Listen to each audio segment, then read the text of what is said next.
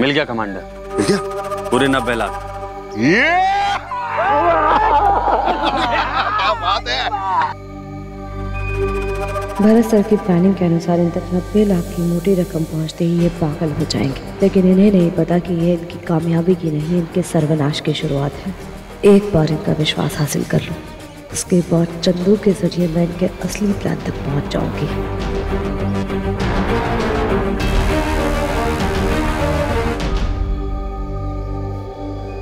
खोल दो इसे। hey!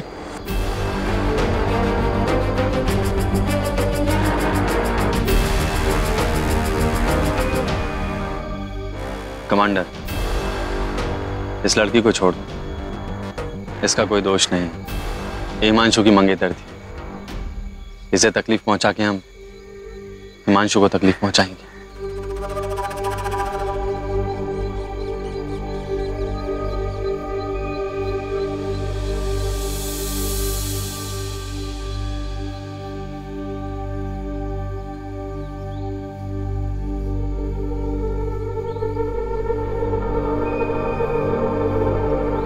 हिमांशु बहुत होशियार था, बचपन से जानता था मैं उसे।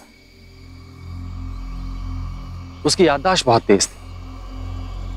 वो किसी का भी मोबाइल नंबर अपने मोबाइल में सेव नहीं करता था, हमेशा ज़बानी याद रखता था। पहली बात, उसे पासवर्ड लिखने की जरूरत क्यों पड़ी? दूसरी बात, कोई भी इंसान इतना मूर्खता का काम कैसे कर सकता है?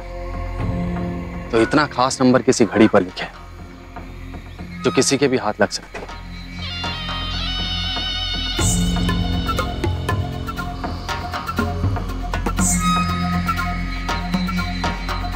ये जो लड़की दिखती है वो है नहीं, कुछ तो है जो हमसे छुपा रही है। वरना अगर एक आम लड़की को ऐसे आग में तपाया जाए तो एक दिन में सारी बात उगल है।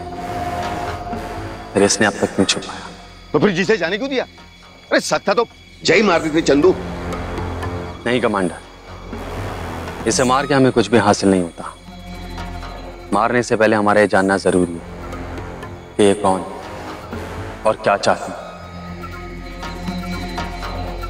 अगर ये कोई दुश्मन है तो इसके पीछे कौन है, ये सब जानने के बाद हम जब चाहे इसे मार सकते हैं।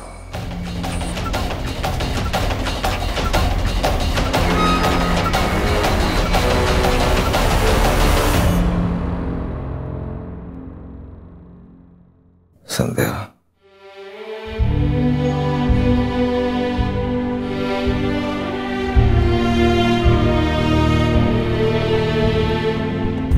पापा,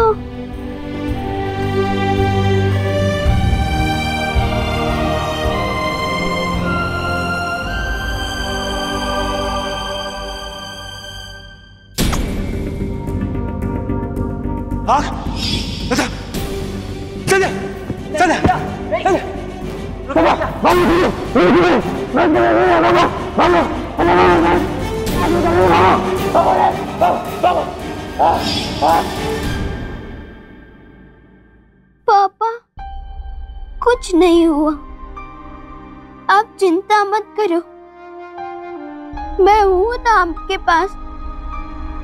कुछ नहीं हुआ, सब ठीक है। वेद है ना पापा के साथ।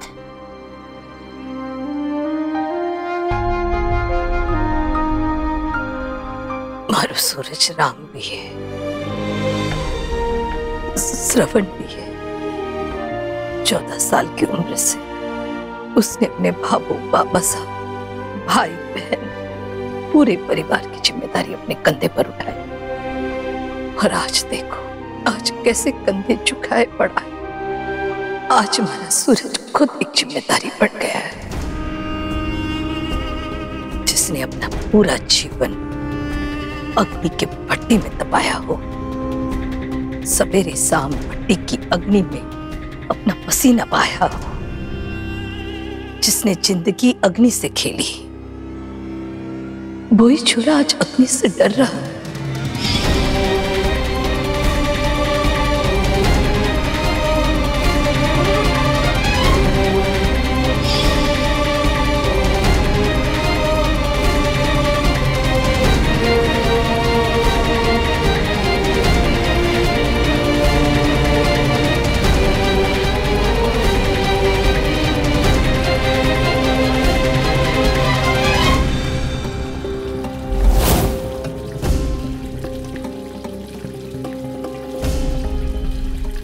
देनड़ी।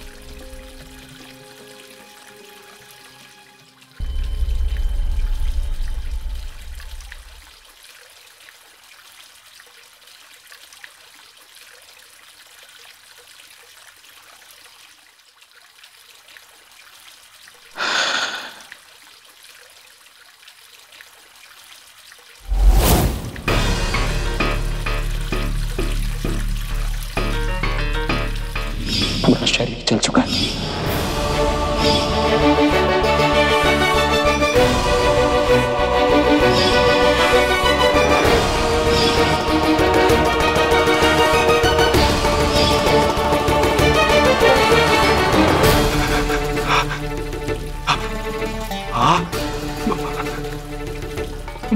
मेरे संध्या, नहीं, बाबा, बाबा, बाबा, आग कटे।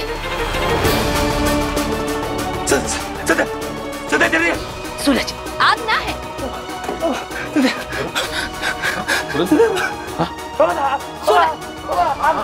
सूरज कुछ ना है। सूरज, सूरज, सूरज,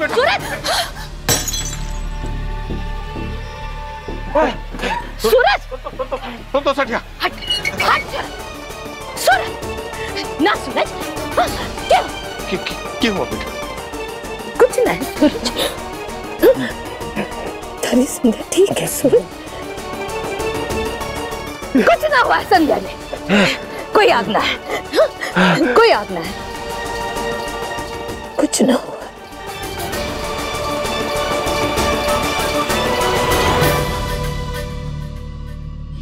अस्त हो गई हमारे सूरज की चमक। सही नाम रखा था उसके माँ बाप ने उसका, संध्या। संध्या डरी, उसके साथ साथ सूरज को भी साथ लेकर चली।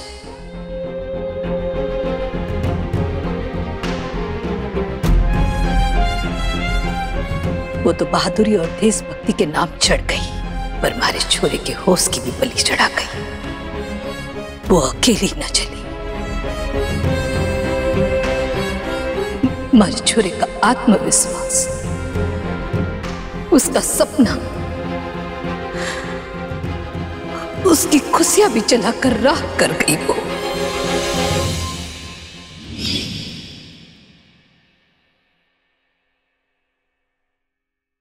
पत्नी की मौत का बहुत बुरा असर पड़ा है सूरज पर।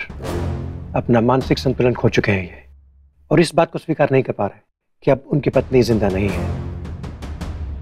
जब भी ये अग्नि देखेंगे, अपनी पत्नी को अग्नि देने की यादें इन्हें तकलीफ देंगी।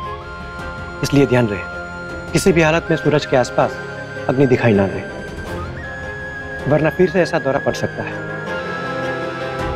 डॉक्टर साहब, लेकिन जीजी तो हलवाई है, इनका तो काम ही है आग के पास में रहना।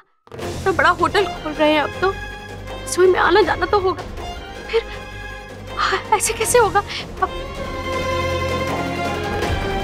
इस हालात में मैं यही सलाह दे सकता हूँ कि अब सूरज अपना काम बदले, उसे कोई और काम करना होगा। आग से जुड़ा हुआ कोई भी काम अब ये नहीं कर सकते। देखिए, आग को देखकर इन्हें जो दौरा पड़ता है बहुत खतरनाक है इनके लिए। ऐसे में ये कोमा में, यानी कि गहरी बेहोशी की हालत में जा सकते हैं, जहां से इन्हें बाहर लाना हमारे हाथ में नहीं होगा। फिलहाल के लिए तो मैंने इमरजेंसी इंजेक्शन दे दिया है, और ये कुछ इंजेक्शन मैं लिख के दे रहा हूं, अब इसे मंगवा लीजिए। और जब भी कुछ गलत हो या फिर से ऐसा दौरा पड़े तो उन्हें दे दीजिए।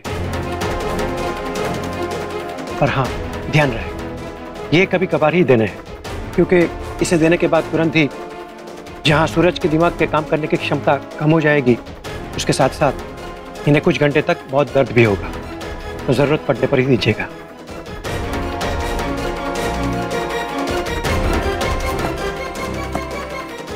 डॉक्टर साहब, हमारा छोरा ठीक तो हो जाएगा। देखिए, आपको उम्मीद खोनी नहीं चाहिए, लेकिन कब तक ये अब कुछ कहा नहीं जा सकता।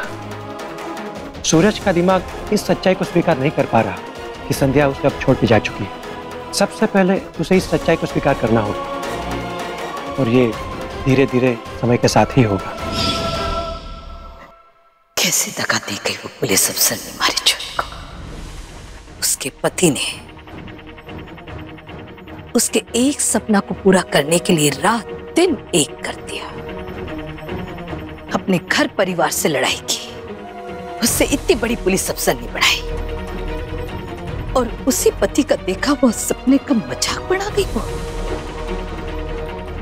अब वेदांश कदे न बढ़ पावे। एक फर्ज निभा गई, पर दूसरे फर्ज की सदा को निकाल रहेगी वो। इस घर परिवार की जाते जाते हमारे बुढ़ापे की लाठी छीन गई।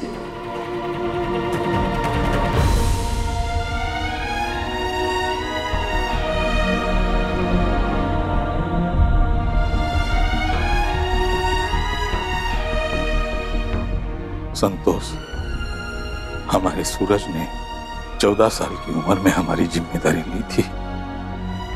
आज उसका वो कर्ज चुकाने का समय आ गया है। हम दोनों ने अपने इस बुढ़ापे में हमारे सरवन बेटे का कर्ज चुकाना है।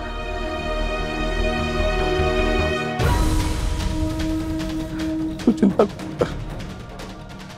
आज तक हमारे घर में 2 टाइम दिया बाती कदई न टल।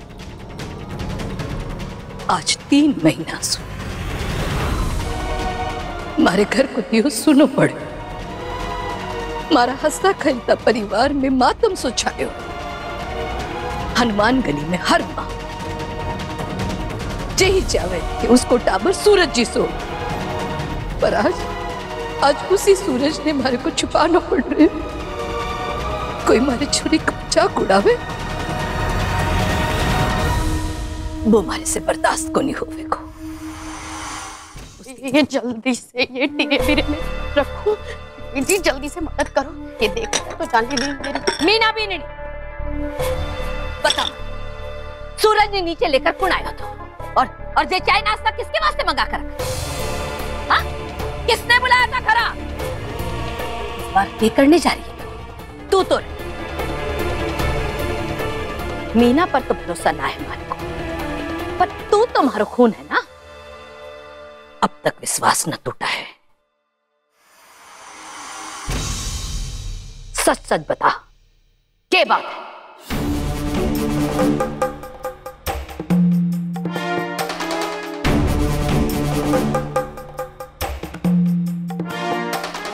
बाबू, बाबू वो मैं। बाबू आप कुछ मत कहिए, मैं बताती हूँ ना।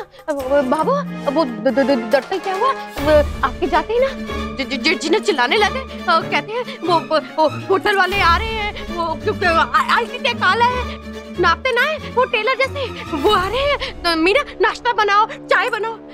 तो मैं तो घबरा गई, आप भी ना थी, तो मैंने चाय नाश्ता सब बना दिया। झूठा झूठा नाटक करने लगे हम दोनों, है ना, कि चीज़ें बिल्कुल सही रहे। सचमुच में यही सब हुआ था बाबू।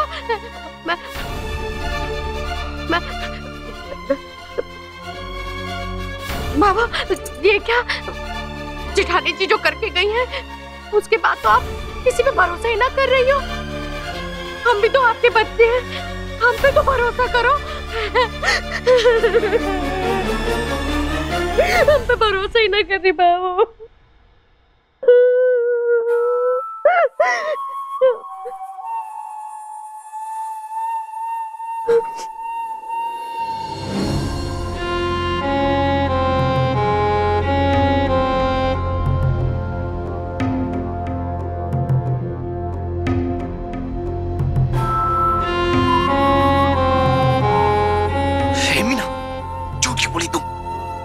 सौगंध दिलाई थी भाभो ने मुझे, तुझे झूठ नहीं बोलना चाहिए था। ए जी, सौगंध आपको दी थी, आपने थोड़ा ना कुछ बोला। मैंने बोला ना झूठ। और एक बात बताओ, किसी की भलाई के लिए झूठ बोला झूठ थोड़ा ना होता है। आप नाराज मत हो, इधर उधर के देख रहे हो जी। एक बात बोलूं आपको, अभी बाहर जाके भाभो को बता दो कि जेठानी जी की वजह से लाखों रुपया आ रहे घर में, गुस्से से लात मार के भगा देंगे पैसों को, और इतनी माया खराब हो जाएगी जी। आप तो जेठ जी का हाल जान ही रहे हो, उन्हीं को फायदा होगा ना, है ना। मैं तो कहती हूँ ये सब चीजें छोड़, है अभी तो आप ये सोचो सेठ जी नहीं 10 दिन में इतने सारे रुपये आ रहे हैं आप पे। ऐसे क्या सोच रहे हो? बस कुछ दिन के लिए अपने मुंह पे ताला लगा लो हमारे लिए, हमारी सौगंध है जी। हाँ आपको, आप फिक्र क्यों कर रहे हो? मैं हमेशा की तरह सब संभाल लूंगी। आज सब संभाल लिया ना, कुछ तो ना हुआ ना? है? ठीक है।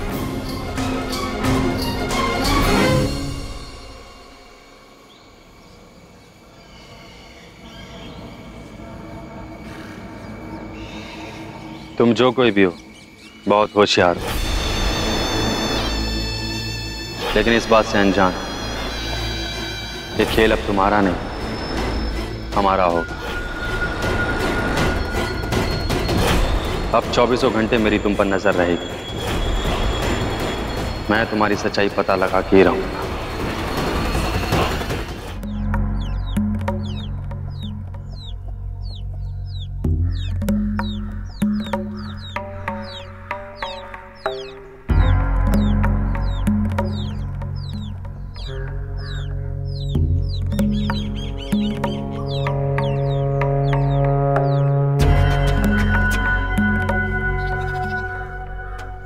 ये गर्जना वाले कभी मुझे अपना चेहरा नहीं दिखाएंगे।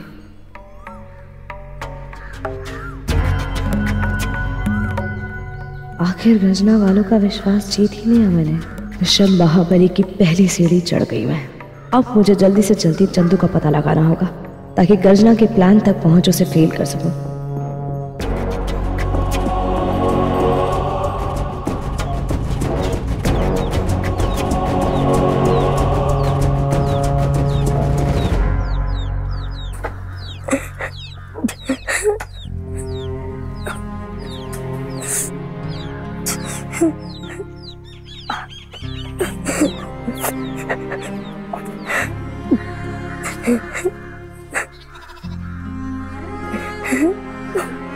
भी लगा जोर से। चोट कैसे लगी तुझे? ध्यान रखना चाहिए था। 1000 बार बोला है कि इतनी उछल कूद मत किया कर, पर कोई माने तब ना। पागल हूं मैं तो। अब लग गई ना तुझे?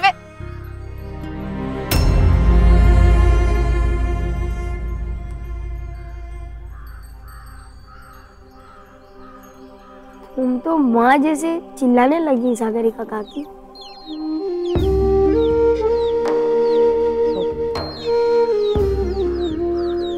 काकी भी तो माँ जैसी होती है।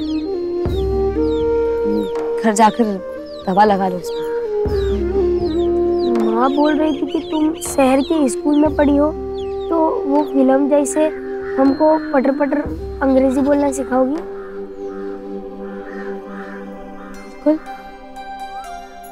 पर उसके लिए तो तुझे बहुत मेहनत करनी पड़ेगी। अभी मन लगाकर तेरे पास आकर पढ़ना पड़ेगा। हाँ आऊंगा ना।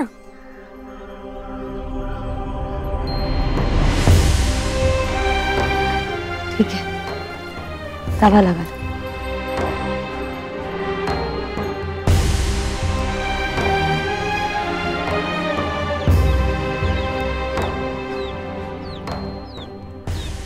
कैसा होगा मेरा वेद? मेरे बिना कैसे रह रहा होगा? एक बार कैसे भी उसकी आवाज सुनने को मिल जाए बस। लेकिन ये यहाँ कैसे संभव है?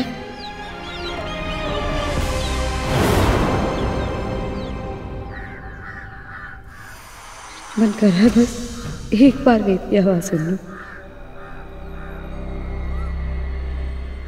अब ये फोन की तरफ देखिए, किसे फोन करना चाहते? अब खुलेगा इसका राज।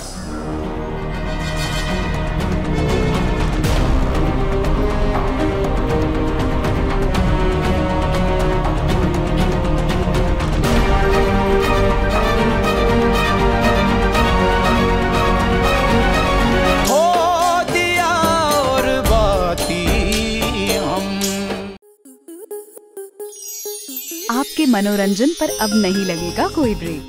स्टार प्लस के बेहतरीन शोज देखने के लिए लाइक, शेयर और सब्सक्राइब करें स्टार प्लस यूट्यूब पेज को।